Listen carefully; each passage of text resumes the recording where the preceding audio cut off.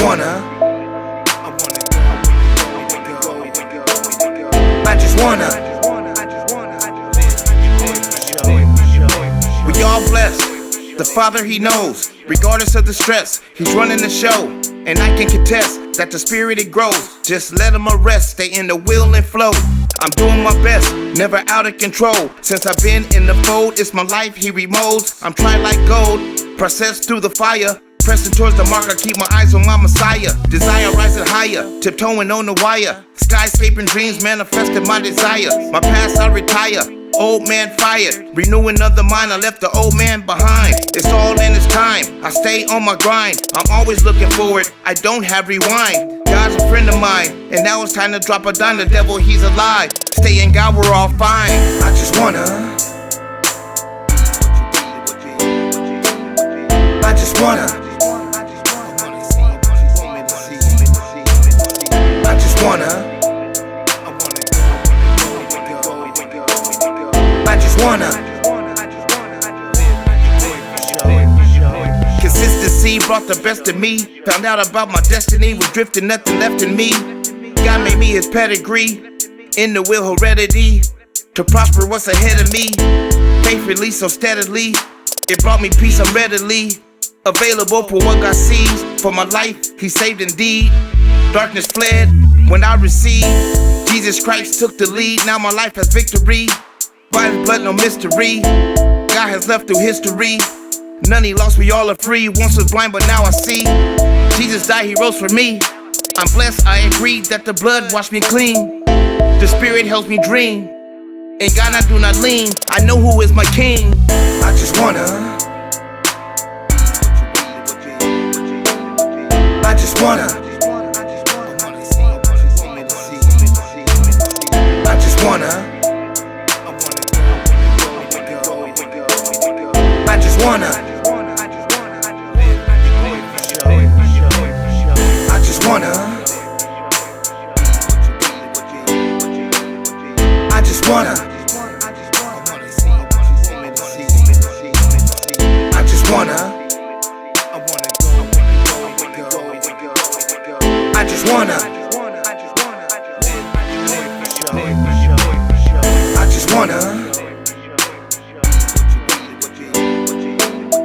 I just wanna. I just wanna. I just wanna.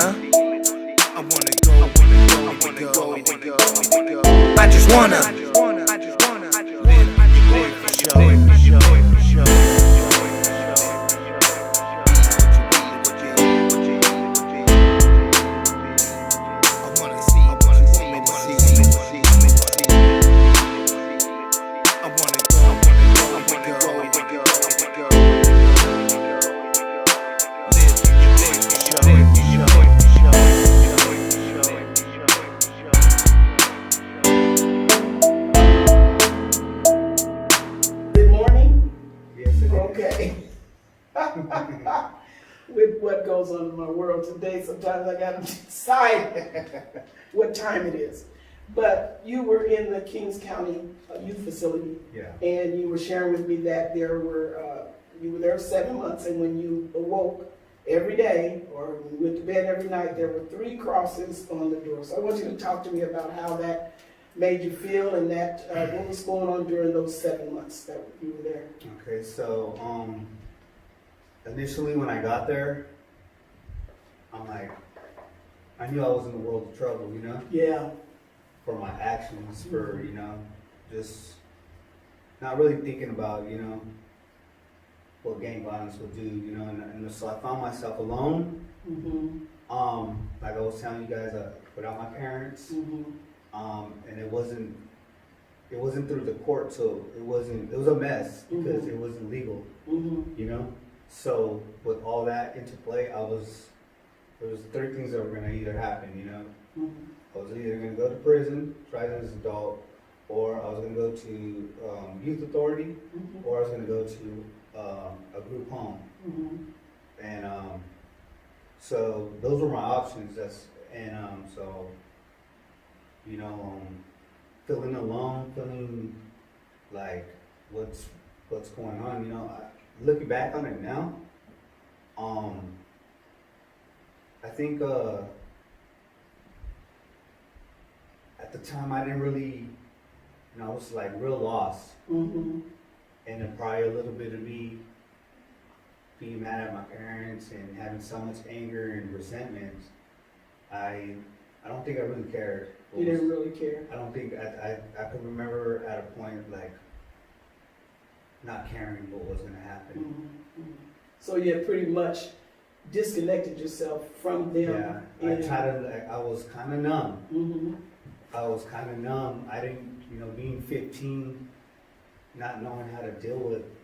This was my first time being in this situation, and but I can remember crying in there. You know what I mean? Just like what's crying about what you had did, or crying about because you felt alone. I mean, when you stabbed the young man, how did you feel about that? They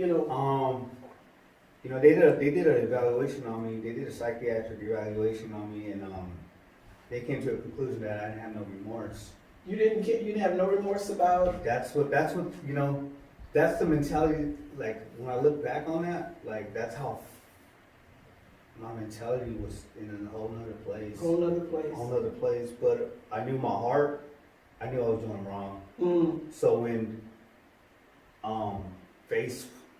maybe after a month of this, I started to notice like things in my cell, like I started looking for I started appreciating a lot of little things like birds, going out for yard. Well, now you have you're off the set now, so now you're by yourself and able to really do some things are starting to first couple of days whatever, and then after like. Here we are, like, wow, I'm not getting out, And my godparents were visiting me, and this was the last time I seen, matter of fact, this was the last time I seen my godfather, and he just told me, don't worry. He got diagnosed with stage 4 colon cancer, and that was one of the last visits. He used to come visit me every Saturday, and he didn't want to, he was deteriorating physically. And he didn't want me to see him like that. So you never spoke to him again, and so that was part of the abandonment right there. Yeah, that was. He did once he found out that he had colon cancer. He deteriorated rapidly. They gave him 8 months to live. He died shortly after. And that was probably around the time about the second, third month. I started noticing, when I went to bed and I started praying, I started being alone. I just turned to God. I always had God, like in our family and stuff. Like it was always church based, but running the streets really, got me off that track. Snuffed that out, choked it out of you. It really did, and it's kind of like, it's kind of crazy how like when you face with like incarceration, people turn to God, and I started noticing those three little carvings on the door, and I remember just being at peace. With just having been. And it only came out at nighttime. Like you could only see out the reflection from the light. Oh, it was okay. Yeah, at night. So I did go to bed, feeling good, and I could honestly remember that pain and feeling at ease. 5 months into it, 6 months, getting closer to my sentencing date. So you had adjusted to it while you were. I did, so it wasn't that difficult. I was trying to get my mentality right because I didn't know what was really going on, but I did know everything was going to be all right. So those crosses really gave you. That was my comfort. Yeah, that was my comfort. It really was my comfort. It really was that, and having the little Gideon's Bible that they give you, that and just Proverbs and Psalms. That's what it turned to, and that was my comfort. And like a safety net, because I know that sometimes whenever we find ourselves in a situation where we are alone, and I mean really alone, we have a tendency to seek the Lord's face. And the Bible does say, while the Lord is, seek him early while he yet may be found. But sometimes when we're out on the set, or we're, so preoccupied with so many other things, God can't get in edgewise, but he got in edgewise when you were in that particular place. So when you did your 7 months and then you got released, and where were you going? I mean, what did you have planned for the future? Because now you're, 17 years old? I'm 15. You're I'm 15? still 15. Well, actually, Kings County kicked us out, escorted us out the county. They didn't want you in the county. You were a menace to society. Yes, exactly. That's exactly what they labeled me. Unbelievable. Yeah, they told me I couldn't go. I was like, you can't come back till you're like over 18. Mm-hmm. And then so they actually the sheriffs escorted us out of Kings County, which is the next county is Kern County, and they just parked. I remember them just parked, and I remember my sisters and them looking at us like, what is going on? What did you do? Yeah, and like Al Capone or somebody. They're like, what did you do? And then we got on our way to San Diego. We get to San Diego, and they scheduled me. Then they report to some juvenile system. They like, you gotta come. I'm thinking in my head, I just gotta do like probation, whatever. I gotta waive this, whatever. And San Diego County had other plans. Oh my God! They reopened my case, and they sent me away for assault with a deadly weapon to Campo, and So you thought you had gotten away? Yeah, everything was going to be fine. Yeah, I had no idea. You were going to go and restart your life with your family. I didn't know what was going to go. There was no plans. There was just like, okay, I'm with my family. Let's see how this goes. And at this time, my parents are still alcoholics. My parents are, my mom just had, she was trying to get on her feet again. She was doing Meth projects. She was doing all that stuff. She ended up getting a job at Hotel Del Coronado. My father got a job at the apartment complex there. He was working as a painter, and so they were making progress. Rebuilding their life. Yeah, and just at this time when I did get incarcerated, this is where my parents put it all on the table. This is where we bonded. They came and visited me every Friday. Every weekend I had a visit. Every weekend, and we got closer in those 2 years. And that was when they began to talk with you about everything. What they were doing. Everything. I had a lot of questions. I had a lot of questions, and they had a lot of answers. And not all those answers were good answers. Not all those answers I was ready for. And I think that's where a lot of more resentments came, because the way they were so blunt. I don't think they really were. So they were defensive when they were were they defensive when they were sharing some of the information? I remember sometimes it was Paul's arguments to where the visits were uncomfortable. And I could remember not all the visits were like that, but it's just when you don't know how to communicate,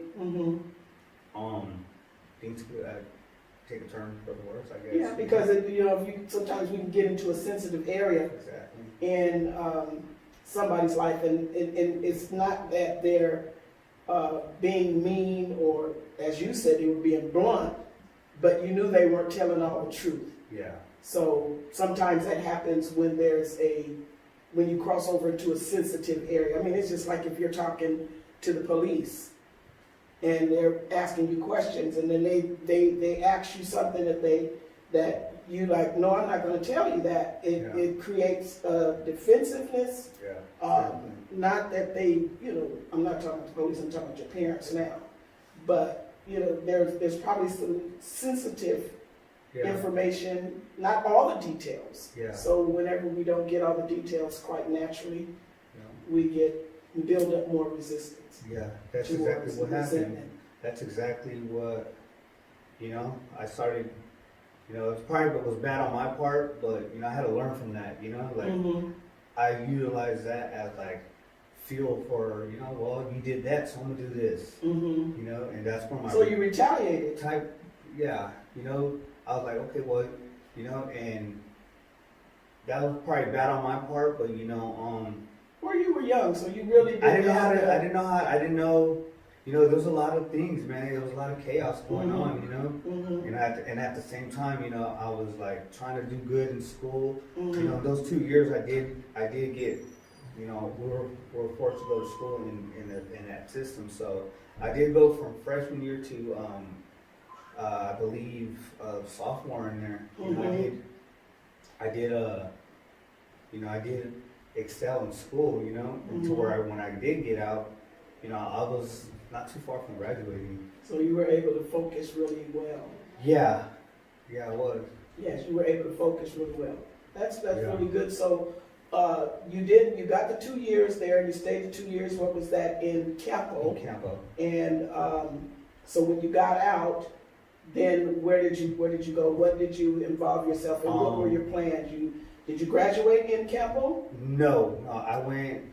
My parents had they had an apartment. We lived in San Isidro, right by the border, and I was in South County Summit School, and I was on probation still.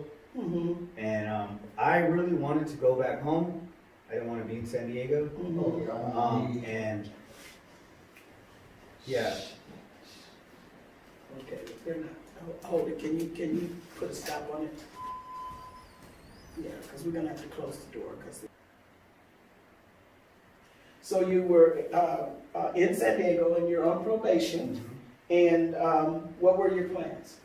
initially I wanted to I wanted to go back home and Home in back to Hanford, up to Kings County. back up to there at the place Yeah, where I they wanted to had, go back. they had kicked you out. Yeah. So what made you think that you could go back up there and That's just it. survive? That's just it. My family members up there didn't want me there. Oh, okay. They were like, dude. So, you know, Why were they so fearful? Or why were they They- resisting you coming there? because they knew it was gonna be trouble. Okay. Yeah. Mm-hmm. More of my friends, one passed away, two like gang violence, one Mhm. drunk driving. Mm-hmm. It just was bad, you know. Mhm. In the mid-90s, it was bad up there in Central California. It was real bad, you know. So, you know, my family members were like, "You're gonna do better over there, you know. Mhm, Like, mhm. there's nothing here for you. Look what happened at a young age." Mm-hmm. So they seen that. I didn't see that. I really just wanted to go back and be around, Mm-hmm. you know, old, Your familiar you know, places, people, yeah. places, and things. You know, Mhm. this was new for me. I probably was a little fearful of what, you know, I didn't know what my future was going to have. But I started going to school at South County Summit.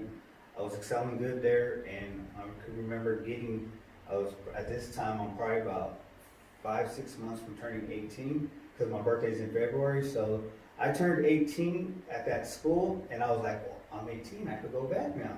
Oh, okay. So you Right. felt like you were able to do Yeah, it. so I got off probation early. They gave me a job for working at Larkin Field for the city Mm-hmm. as a youth. So that helped me get off probation a little early. Mm-hmm. So once I turned 18, that's exactly what I did. I went back. Mm-hmm. Went back over there, Mm-hmm. and I did good actually. I was working. That was So, but you didn't go back with your family. You just went. I went- back up there. With Yeah, I your went back people. over there, but I was living with an uncle who gave me a job at a good company, Mhm. an industrial job, and Mhm. with good pay, and Mhm. that's where I started saving money. I started doing good. I was doing real good for probably 3 years, And then, and then I started, and that's where I started using meth. now how did you? Okay, now the you started using the meth, but what was? You had money in your pocket, of course. Yeah. You got a good job, Yeah, and you have friends from work or friends from work. friends Exactly. from the street or friends from work. It was friends from work. Okay. Even though I had friends from the streets Mm-hmm. doing it, I was still always about my money, you know, doing my thing. Mm-hmm. And I kind of looked down on people who were, Mhm. you know, using meth. Mm-hmm. But But you were just smoking weed and perhaps drinking. yeah, you alcohol. know, and you know, I did have some friends that were doing it, but Mhm. you know, a lot of them, you know, were like broke and you know, Mhm. couldn't even buy a beer, and I was like, you know, I wasn't trying to be like that. Mm-hmm. So you know, So did you ever say, I'm never, do Oh, meth. yeah, I never man. even bragged about I it. used to Until talk never down. get down like I used that. to talk down about things like that. You know, those type, you know, like, I used to always, you know, be the one, you know what I mean? Mhm. Look at that dude, you know? Yeah. And then, you know, not too long afterwards, I started like, you know, what they call closet tweakers, you know? Yeah. I was hiding my addiction and, you know, I had no idea that was like, that was ruining me mentally because I was trying to be sneaky, I was trying to be, you know, and I couldn't really enjoy, you know, what I'm doing, you know, so it's like a battle in my mind, you know, and then, you know, I went from that weekend using to where I wouldn't even want to go to work. So then the people at your job, when how did you get introduced to that? Did you just, I know you just didn't pop up one day and say, No. I'm going to get me some meth. This what job led was you, so remember? this job was so physically demanding. I work 12-hour days. I'm 18. I work 4 days a week, 12-hour days, you know, and I was getting paid pretty good money at that age. So, you know, I had opened up a savings account and I would be at work at lunch and I wouldn't even eat lunch. Matter of fact, I could remember going home, me and my uncle riding home, and he'll get in the shower first, and I'd be in my room, and I'd probably be snacking, waiting for him to get out of the shower, and I literally would wake up with the same boots on, same clothes on, and Dog tired. and my aunt would wake me up. She's like, Neil, get up, you're gonna be late, you gotta go for work. And I was like, and I would literally think that it was the same day, but it was the next morning, and I would just go to work, and I'd be at work really, real tired, you know.